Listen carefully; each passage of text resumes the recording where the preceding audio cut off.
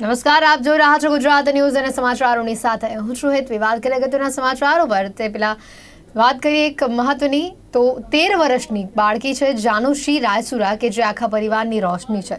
સ્વચ્છતા માટે દુરાગ્રહી નાના મોટા કોઈ પણ તહેવારોની ઉજવણી માટે તે ખૂબ જ પ્રયત્નશીલ રહે છે. રમતોમાં ભાગ લેવો તેને પસંદ છે. માત્ર 13 વર્ષની આ ઉંમરમાં જાણીતા લેખકોનું વાંચવાનો તેને શોખ તો ધરાવે છે. સાથે સાથે 3 પુસ્તકોની રચના પણ આ બાળકીએ કરી છે. જાનુશ્રીની 2 પુસ્તકો પબ્લિશ પણ થઈ ચૂકી છે અને ત્રીજી પુસ્તક પબ્લિશ થવા જઈ રહી છે. જાનુશ્રીની પુસ્તકોનો સારો એવો પ્રતિસાદ મળી રહ્યો છે. મહાન સર્જકોની માનસ વાંચનારી 13 વર્ષની જાનુશ્રી ક્યારે પોતિકું સર્જન કરતી થઈ ગઈ તે જાનુશ્રીના પરિવાર માટે એક આશ્ચર્ય છે.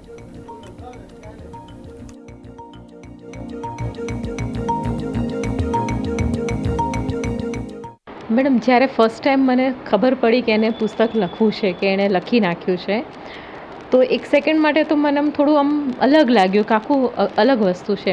પણ તરત જ મને યાદ આવ્યું કે આ તો થવાનું જ હતું, કારણ કે મારા પપ્પાના આશીર્વાદ એની જોડે હતા. મારા પપ્પા બહુ સારા રાઇટર હતા એટલા માટે. એટલે પછી બીજી જ સેકન્ડે થયું કે ના, આ તો બનવાનું જ હતું, પણ ખૂબ વહેલી નજીકના બહુ નાની ઉંમરમાં એણે લખ્યું એમ. એકચ્યુઅલી મેડમ, રાત્રે 11:30 ડરીને મને કહે છે કે તમે મારી જોડે જાગશો. તો મેં કીધું કેમ? તો કે મારું પુસ્તક હું આવી રીતે પબ્લિશ કરવા જઈ રહી છું. ત્યારે અમને બધાને ખબર પડે છે કે લોકડાઉનમાં આ છોકરી અંદર ગેમ નહોતી રમતી, બુક લખતી હતી એમ. અને રાત્રે 11:30 એણે બુક પબ્લિશ કરવા માટે મૂકી અને 3-3:30 પબ્લિશ થઈ. ત્યારે અમે બંને એટલા ખુશ સૂતા હતા અને હું એટલી બધી ખુશ હતી મેડમ કે ખરેખર બહુ ખુશ હતી, બહુ જ ખુશ હતી. માત્ર 13 વર્ષની બાળકી જાનુશ્રી કે જેને આટલી નાની ઉંમરમાં 3 પુસ્તકોનું સર્જન કરી નાખ્યું છે. વાંચવાનો પણ શોખ જાનુશ્રીને છે, તૈયાર થવાનો શોખ છે, સાથે જ ઘર સજાવવાનો પણ શોખ છે. એવી નાની એવી બાળકી જાનુશ્રી કે જેણે 3 પુસ્તકોનું સર્જન કર્યું છે. ઇન્ડિયન બુક્સ ઓફ રેકોર્ડ્સ તરફથી પણ તેને મેડલ અને જે સર્ટિફિકેટ છે તે પણ આપવામાં આવ્યું છે. 12 વર્ષની ઉંમરે તેને પહેલું પુસ્તક જે છે તે લોન્ચ કર્યું હતું. સારો પ્રતિસાદ તેને લોકો તરફથી મળ્યો હતો. અત્યારે તેનું 3જું પુસ્તક છે તે લોન્ચ થવા જઈ રહ્યું છે. આપણી સાથે જાનુશ્રી છે, તેની સાથે આપણે વાત કરીશું. જાનુશ્રી, પહેલાં તો આપનો નાનો એવો પરિચય આપશો. હું જાનુશ્રી રાયચુરા છું અને હું 8મા ધોરણમાં છું અને ડીએવી ઇન્ટરનેશનલ સ્કૂલમાં ભણું છું. મને લખવાનું બહુ જ ગમે છે નાની ઉંમરથી અને મને મારા નાનાજી બહુ ઇન્સ્પાયર કરે છે. જાનુશ્રી, પુસ્તક લખવાનો વિચાર કેવી રીતે આવ્યો? કયું પુસ્તક વાંચતા હતા ત્યારે આપણને આ જે પ્રેરણા છે તે મળી? હું નાની હતી ને ત્યારે હું એક બુક વાંચી રહી હતી, મરમેડ કરીને. તો ત્યારે છે ને મને પુસ્તકનો અંત ના ગમ્યો. તો હું મારી મમ્મી પાસે ગઈ, જેમને મને કીધું કે તને અંત ના ગમતો હોય તો પોતાનો અંત લખ. ત્યારથી હું નાની સ્ટોરીઝ લખવા માંડી હતી, વર્બલી અને રિટન પણ કરવા માંડી હતી. અને પછી મને છે ને 12 વર્ષની હતી ત્યારે એક આઈડિયા આવ્યો, જેને મેં પહેલાં શોર્ટ સ્ટોરીમાં લખ્યું અને પછી મેં એને વિચાર વધારે આવ્યો તો મેં એને નોવેલમાં કન્વર્ટ કર્યું. જાનુશ્રી, કયા લેખકોના પુસ્તકો આપણને વાંચવા પસંદ છે? આગળ આપણે કેવા વિષયો પર લખવા માંગો છો અને કેવા પુસ્તકો લખવા માંગો છો? મને Rick Riordan, Veronica Roth, Suzanne Collins, Stephenie Meyer એ બધા લેખકો વાંચવા બહુ જ ગમે છે. અને હું આગળ એક બુક લખી રહી છું જે સ્પિરિચ્યુઅલ સોર્ટ ઓફ છે, ફિક્શન જ છે, પણ આ બુક સિરીઝથી ડિફરન્ટ છે, ફેન્ટસીમાં નથી આવતી. અને એક બીજી પણ પુસ્તક છે જે ક્રાઇમ પર છે, લાઈક થીવરી પર છે, જે મારી અત્યારે ચાલી રહી છે. સિરીઝ છે આખી, વેન્ચર્સ ઓફ જેમલેન્ડ કરીને. એ ફેન્ટસી પર છે અને એની અંદર મેજિક પણ છે. એમાં માઇથોલોજીસને પણ મેં કમ્બાઈન કરી છે કે રેફરન્સ લઉં અલગ જુદી માઇથોલોજીમાંથી. ગ્રીક છે, નોર્સ છે, રોમન છે અને આપણી હિન્દુ માઇથોલોજીમાંથી પણ મેં બહુ લીધું છે. એમાં જાદુના બારેમાં બહુ વધારે છે અને એક નવી દુનિયા છે એમાં, જે પૃથ્વીની જેમ એક નવી દુનિયા જ છે બીજી, જેમાં બધી વસ્તુઓ થાય છે. અને એ છે ને 1900 સેન્ચુરીનું છે, લાઈક 1900ની સાલનું જ. અને એ ટાઈમલાઈન આપણા કરતાં 100 વર્ષ પહેલાંની છે. મોટા લેખકો છે તેની જેમ જ જાનુશ્રી છે તે વિચારે છે અને લખે પણ છે. તો આવા જ બાળકોને પ્રેરણા આપવામાં તેના શિક્ષકો, તેના માતા પિતાનો એક અમૂલ્ય ફાળો રહેલો હોય છે. માતા પિતા જો બાળકોને આવી રીતે સપોર્ટ કરતા રહેશે તો બાળક પણ ક્યાંય પાછું નહીં પડે તે વાત કેવી રહી. કેમેરામેન નિલેવર અજય સાથે ભૂમિકા વાલસુર, અમદાવાદ. કોરોના મહામારીના કારણે ભારતીય તહેવારોને ગ્રહણ લાગી ગયું છે. કોરોનાના કારણે સંક્રમણ ન ફેલાય તે માટે તહેવારો મોકૂફ રખાઈ રહ્યા છે. ગયા વર્ષે પણ નવરાત્રીનું આયોજન કરાયું ન હતું, તો આ વખતે પણ લાગી રહ્યું છે કે ગુજરાતીઓ નવરાત્રીના 9 દિવસ ગરબા વગર જ પસાર કરવા પડશે. ગરબા એસોસિએશન દ્વારા નવરાત્રીનું આયોજન કરવાની ના પાડવામાં આવે છે. લોકોના સ્વાસ્થ્ય સાથે ચેડા થાય તેવો રિસ્ક તેઓ લેવા નથી ઈચ્છતા, માટે આ વખતે પણ નવરાત્રીની તૈયારીઓ નહીં કરાય. તો આની વચ્ચે એક પ્રશ્ન વેપારીઓને પણ છે, કારણ કે નવરાત્રી માટે લોકો મહિનાઓ અગાઉથી જ તૈયારીઓ શરૂ કરી દેતા હોય છે. ચણિયાચોળી, જ્વેલરી ખરીદતા હોય છે. ગયા વર્ષે નવરાત્રી ન યોજાતા વેપારીઓના ચણિયાચોળી વેચાયા ન હતા, અને આ વખતે પણ તેઓનો ડર છે. જો નવરાત્રી નહીં યોજાય તો તેઓ પોતાનું ગુજરાન કેવી રીતે ચલાવશે, તે એક સવાલ છે.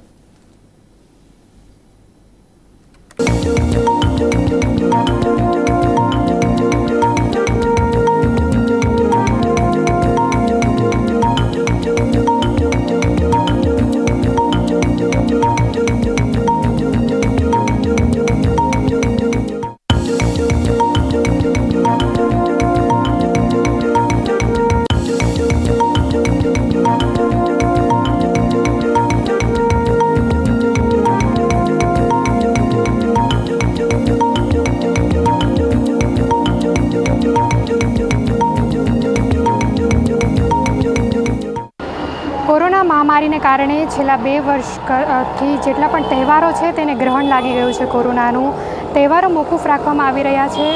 સરકાર દ્વારા જેટલા પણ તહેવારો છે તેને મોકૂફ રાખવામાં આવી રહ્યા છે, જેને લઈને આ વખતે પણ નવરાત્રિ જે છે તેને મોકૂફ રાખવાનું ગરબા એસોસિએશન દ્વારા જાહેર કરવામાં આવ્યું છે. કારણ કે જો નવરાત્રિ યોજાય છે તો સોશિયલ ડિસ્ટન્સનું કોઈપણ જાતનું પાલન કરવામાં નહીં આવે તે તો ચોક્કસ જ છે.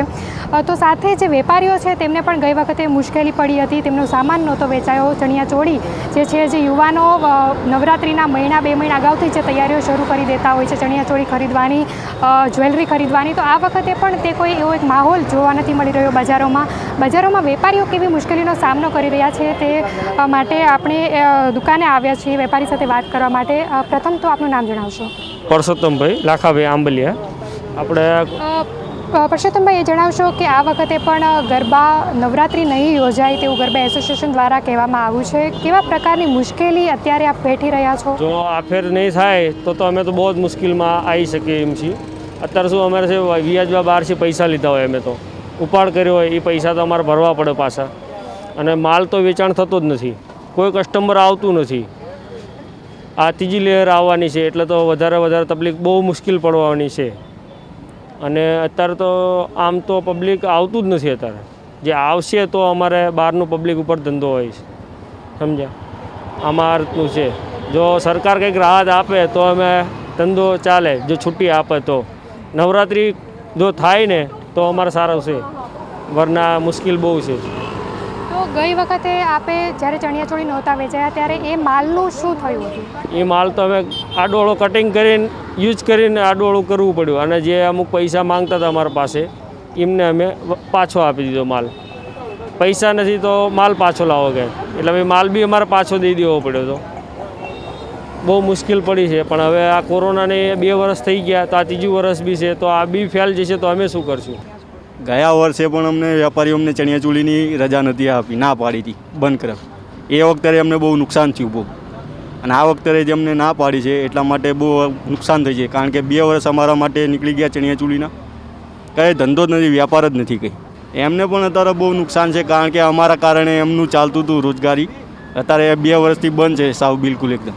એટલે એમને પણ બહુ નુકસાન થયું છે રોજગારી. વેપારીઓને પણ નુકસાન છે, અને જે નાના મોટા કારીગર હતા, દરજી હતા, ટેલર હતા, એમને પણ બહુ નુકસાન થયું. સરકારને મારી માંગ એવી છે કે આ વર્ષે નવરાત્રિ થવા દે, થોડું ઘણું બહુ ચાલવા દે તો અમારે થોડું સારું જાય. સાથે વાત કરી કે તેમનું પણ કહેવું છે કે છેલ્લા જે કોરોનાનો સમય છે તેમાં તેમને ઘણી મુશ્કેલીનો સામનો કરવો પડ્યો હતો, કારણ કે નવરાત્રિ યોજાઈ નહોતી, જેના કારણે વેપારીઓના જે ચણિયાચોળીને તેવું હતું તે પણ વેચાણ તેનું નહોતું થયું. તેને કારણે વર્ષ દરમિયાન તેમને અલગ અલગ વ્યવસાયો કરીને પોતાના ઘરનું જે ગુજરાન છે તે ચલાવવું પડ્યું હતું. ત્યારે આ વખતે પણ ગરબા એસોસિએશન દ્વારા નવરાત્રિ નહીં કરવાનું જે કહેવામાં આવ્યું છે તેને લઈને અત્યારે વેપારીઓ પર ચિંતામાં જોવા મળી રહ્યા છે. કેમેરામેન નીલાવરજી સાથે ભૂમિકા વાલસુર, અમદાવાદ.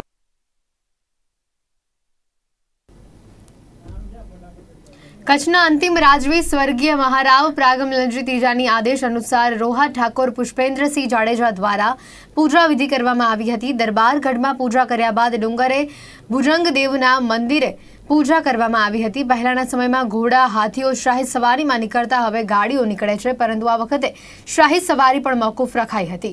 ભુજિયા ડુંગર પર દાદાના મંદિરે જવા 400 જેટલા પગથિયા છે, જે ચડીને લોકો દર્શનાર્થે જાય છે। અહીંયાથી સમગ્ર ભુજનું અવકાશી અને નયનરમ્ય દ્રશ્ય પણ જોવા મળે છે।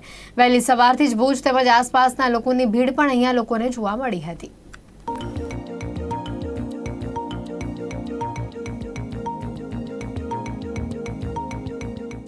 ऐतिहासिक परंपराની જો વાત કરીએ તો 292 વર્ષ પહેલાં જે યુદ્ધ થયું હતો અને એ યુદ્ધમાં રોહાના જીયાજી લડ્યા હતા અને એમાં વિજય મેળવ્યો હતો આપણે નાગપંચમીના દિવસે। તો એ નાગપંચમીના દિવસથી બાબા શ્રી દેસરજીએ આ નાગપંચમીની સવારીની પરંપરા ચાલુ કરી હતી અને આજે એને 292 વર્ષ થયા છે। 292 વર્ષથી આ પરંપરા ચાલુ છે। કચ્છ માટે તો આજે એટલું જ કહી શકીએ કે સારો વરસાદ પડે। વરસાદની તંગી છે આ વખતે, હજી સુધી વરસાદ ખેંચાઈ ગયો છે। આપણે વરસાદની અમે મહારાવશ્રી વતીથી હંમેશા કચ્છના મહારાવશ્રી પણ આ જ કચ્છ માટે હંમેશા આવી જ ભગવાન પાસે પ્રાર્થના કરતા। પતરી વિધિ ટાણે તેમજ નાગપંચમીની પૂજન હોય તો સારા વરસાદની અને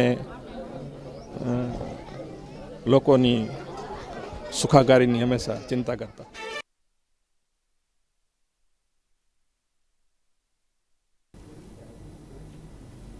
સુરતમાં પાલિકા દ્વારા મચ્છરોનો ઉપદ્રવ વધે ત્યાં દંડ ફટકારવાની કામગીરી તો કરવામાં આવે છે, પરંતુ હજી પણ એવી ઘણી જગ્યાઓ છે કે જ્યાં ગંદકી અને પાણી ભરાઈ રહેતા હોવા છતાં પાલિકા દ્વારા કોઈ કામગીરી કરવામાં નથી આવતી।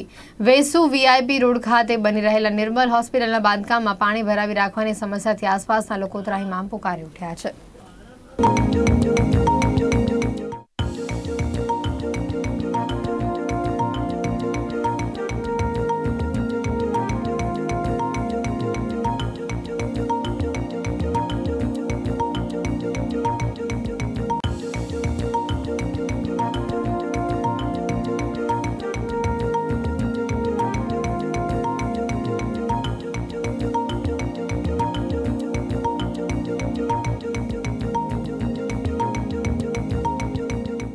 अभी सबसे बड़ी बात ये है कि जो अपने बाजू में जो प्लॉट में जो काम चल रहा है निर्मल हॉस्पिटल वालों का, उसके चलते क्या है कि पानी का जमाव काफ़ी टाइम से है यहाँ पे जो देख रहे हैं, और ये पानी कभी निकल नहीं पा रहा। इनकी जो एक मोटर चलती है वो पानी निकाल ही नहीं पाएगी। उसके चलते अपने बिल्डिंग में काफ़ी ज़्यादा डेंगू मलेरिया का जो भी 6-7 फ्लोर तक हैं उनके सबके घरों में बच्चे बीमार हैं, किन्हीं की लेडीज़ बीमार है। अभी अपने 4-5 दिन पहले ही तीसरे माले की भाभी एडमिट हुई और कल जो है एक्सपायर हो गई, और उनकी मात्र उम्र 42-43 ईयर्स है। तो ऐसे में अगर ये नई निराकरण हो तो कैसे वो काम चले, ये तो तकलीफ का विषय है। जब ये कंस्ट्रक्शन चालू हुआ था तब हमने हमारी जो सामने सर्विस रोड है वो पूरी धंस गई थी, लेकिन उसका निराकरण हो गया। लेकिन जो ये कंस्ट्रक्शन के बावजूद जो नीचे जो पानी भरता है वो पानी भरने से हमारे यहाँ मच्छरों का काफ़ी प्रकोप है, और कल वो मच्छर के वजह से हमारी बिल्डिंग में एक 3rd फ्लोर पे एक ट्रेजेडी भी हो गई है 42 ईयर्स की बी टावर में। इसलिए हम काफ़ी चिंता में हैं। आज हमने हमारे SMC के हमारे जो पार्षद हैं, SMC के अधिकारी हैं, वो सब आए हैं। उन सब चीज़ों से हमने उनको अवगत कराया है। हमें पूरी आशा है कि हमारी इस निराकरण का समस्या का जल्दी से जल्दी निराकरण हो, ताकि हमको दोबारा किसी भी चीज़ का सहारा नहीं लेना नहीं पड़े।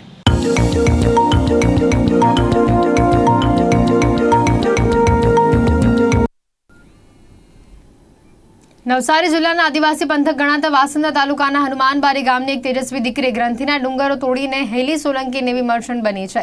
જો કે હેલી સોલંકીને ગણપત યુનિવર્સિટીમાં પ્રવેશ મેળવવા માટે લોખંડના ચણા ચાવવા બરાબર અનુભવ થયા હતા।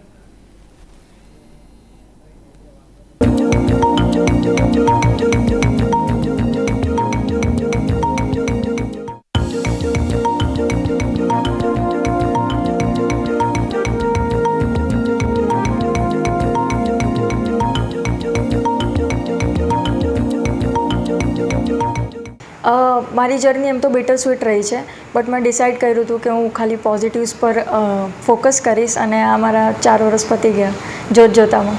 મારા પેરેન્ટ્સની ફૂલ બેકિંગ રહી મને હંમેશાથી, પહેલાં વર્ષથી જ, અને એ કારણોસર જ આજે મારા 4 વર્ષની જર્ની સફળ થઈ છે. કોલેજમાં હું એક જ છોકરી હતી અને શરૂઆતથી મને એમ કહે ને કે થોડી તકલીફ આવી, બટ પછી હું ભળી ગઈ હતી અને મારું પ્લેસમેન્ટ એવરગેસ શિપ મેનેજમેન્ટની અંદર થયું છે.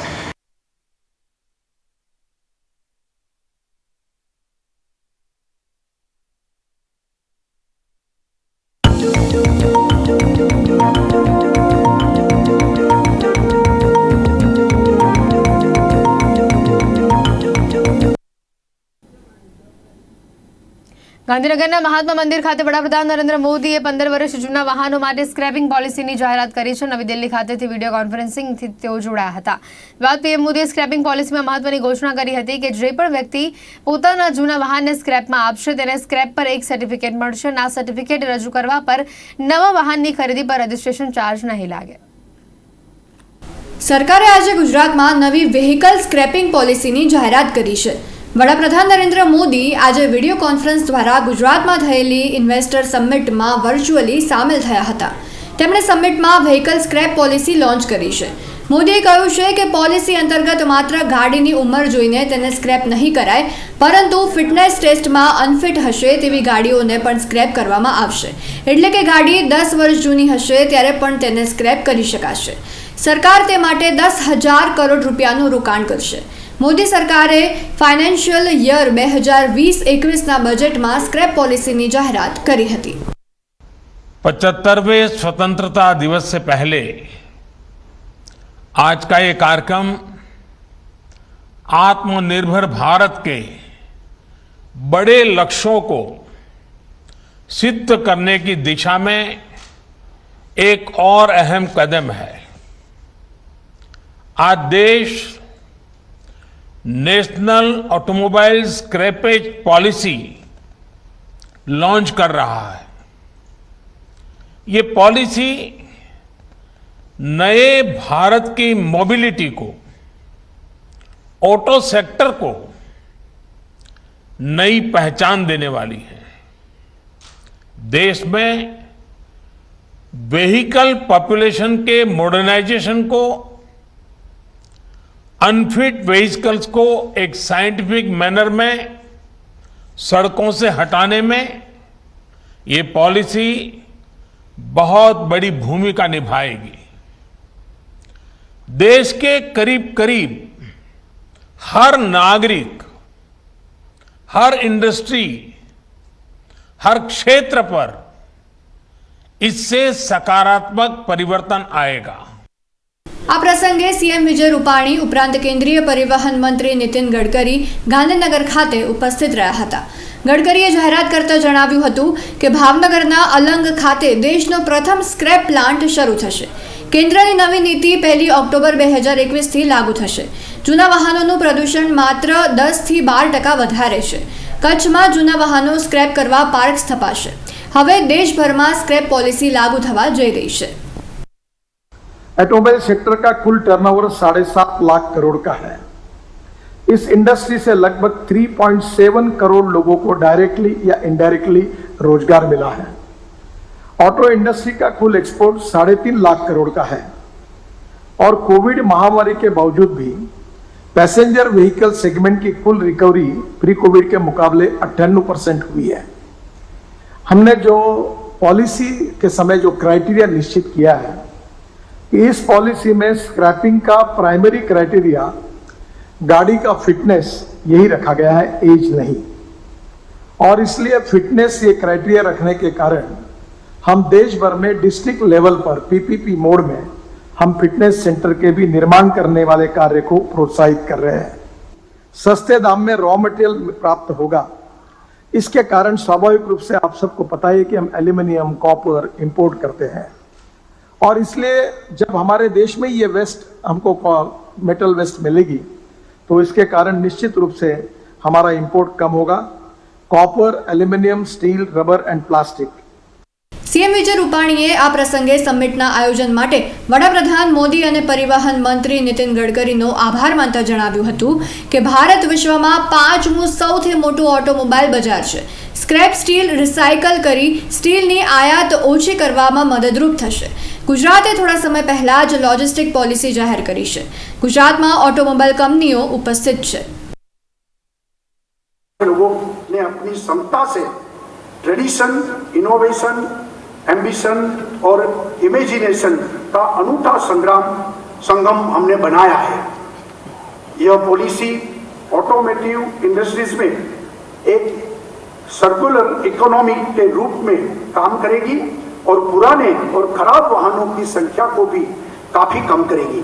इसलिए गुजरात अपने इस मौजूदा इकोसिस्टम का लाभ उठाना चाहेगा और रजिस्टर्ड फैसिलिटी और ऑटोमेटेड फिटनेस सेंटर्स को विकसित करने और उन्हें स्थापित करने के लिए इन्वेस्टर्स को भी आकर्षित करेगा.